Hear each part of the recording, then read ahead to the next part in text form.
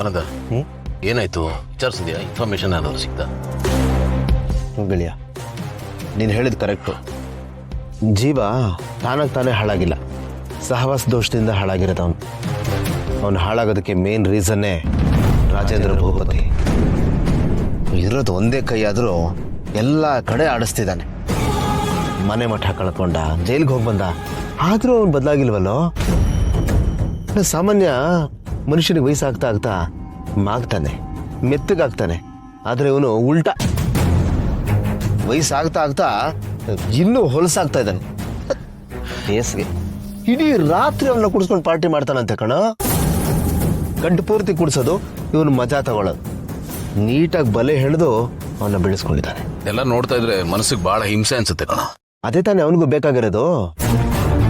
ಅದಕ್ಕೆ ಜೀವನ ಅವನು ಬುಟ್ಟಿಗೆ ಹಾಕೊಂಡಿರೋದು. ಜೀವನಿಗೆ ಏನಾದ್ರು ಆದ್ರೆ ನೀನು ಅಯ್ಯೋ ಅಂತೀಯ, ಹೊರಗ್ತೀಯ, ಮರಗ್ತೀಯ. ಅವನಿಗೊಂಥರ ವಿಕೃತ ಸಂತೋಷ. ಅವನಿಗೆ ಅವನೊಂಥರ ಸ್ಯಾಡಿಸ್ಟು. ಇದರಿಂದ ಬರೀ ನನ್ನ ಮನ್ಸಿಗೆ ಅಷ್ಟೇ ಅಲ್ಲ ಕಣ, ಮನೇಲಿ ಎಲ್ಲರ ಮನ್ಸಿಗೂ ನೋವಾಗುತ್ತೆ. ಇದ್ರ ಪರಿಣಾಮ ಮನೆಯಲ್ಲಿ ಪ್ರತಿಯೊಬ್ಬರ ಮೇಲೂ ಆಗುತ್ತೆ. ಎಲ್ಲರೂ ಸಫರ್ ಆಗ್ತಾರೆ. ಅದೇ ತಾನೇ ಅವನಿಗೂ ಬೇಕಾಗಿರೋದು. ಒಟ್ಟು ನಿನ್ನ ಹಾಳು ಮಾಡೋದಕ್ಕೆ ಏನೇನು ಮಾಡಬೇಕೋ ಎಲ್ಲ ಥರ ಪ್ರಯತ್ನ ಪಡ್ತಾನೇ ಇರ್ತಾನೆ. ನಿಮ್ಮ ಮನೇಲಿ ಯಾರಿಗೇ ಏನೇ ನೋವಾದರೂ ಫಸ್ಟ್ ಖುಷಿ ಪಡೋದೆ ಅವನು.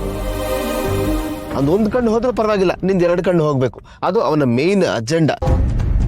ನಿನ್ನ ಹಾಳು ಮಾಡಿದ್ರೆ ಅವನು ಫುಲ್ ಟೈಮ್ ಜಾಬ್ ಅನ್ಕೊಂಡ್ಬಿಟ್ಟಿದ್ದಾನೆ. ಗೆಳೆಯ, ಅವನು ಇನ್ನೊಂದೆರಡು ಕೇಸ್ ಪೆಂಡಿಂಗ್ ಇದೆ ಕಣೋ. ನೀನು ಹೂವನ್ನು ಪೊಲೀಸವ್ರಿಗೆ ಅದ್ರ ಬಗ್ಗೆ ಇನ್ಫಾರ್ಮೇಶನ್ ಕೊಟ್ಟು ಅವ್ನು ಎಲ್ಲಿಂದ ಬಂದವ ಮತ್ತೆ ಅಲ್ಲಿಗೆ ವಾಪಸ್ ಕಳಿಸ್ಬಿಡ್ತೀನಿ. ಸಾಯೋವರೆಗೂ ಕಂಬಿ ಎಣಿಸ್ಬೇಕು, ಆ ಥರ ಮಾಡ್ಬಿಡ್ತೀನಿ ಅವನಿಗೆ. ಬೇಡ ಕಣ, ಪ್ಲೀಸ್ ಬೇಡ. ಏನೋ ಬೇಡ? ಯಾಕೋ ಅಂದ್ಮೇಲೆ ಇಷ್ಟೊಂದು ಅನುಕಂಪ? ಓಹೋ, ಅವನು ಮಲ್ಲಿ ಅಪ್ಪ ಅನ್ನೋ ಕಾರಣಕ್ಕ? ಏಯ್, ಯಾರ ಮೇಲೆ ಅನುಕಂಪ ತೋರಿಸ್ಬೇಕು ಅವ್ರ ಮೇಲೆ ತೋರಿಸ್ಬೇಕು, ಇಂಥವ್ರ ಮೇಲೆ ತೋರಿಸ್ಬಾರ್ದು. ವಿಷದ ಹಾವಿ ಅವನು. ಆಮೇಲೆ ಈ ಅನುಕಂಪ ಎರಡೂ ಕಡೆ ಇರಬೇಕು. ಒಂದೇ ಕಡೆ ಇದ್ರೆ ಅದು ಯಾವತ್ತಿದ್ರು ನಮಗೆ ಡೇಂಜರು. ಅರ್ಥ ಮಾಡ್ಕೊಳ್ಳೋ. ಈ ವಿಷಯದಲ್ಲಿ ನೀನು ಮಾಡ್ತಾ ಇರೋದು ನನಗೆ ಯಾಕೋ ಸರಿ ಅನ್ನಿಸ್ತಾ ಇಲ್ಲ. ಯೋಚನೆ ಮಾಡ. ನೋಡೋಣಂದ, ಅವರು ರಾಕ್ಷಸ ಥರ ಆಡ್ತಾರೆ ಅಂತ ನಾವು ಮನುಷ್ಯತ್ವ ಮರೆತರೆ ನಮಗೂ ಅವ್ರಿಗೂ ಏನೋ ವ್ಯತ್ಯಾಸ ಇರುತ್ತೆ. ಕ್ಷಮಿಸೋದು ನಮ್ಮ ವೀಕ್ನೆಸ್ ಅಲ್ಲ ಕಣ, ನಮ್ಮ ಸ್ಟ್ರೆಂತ್.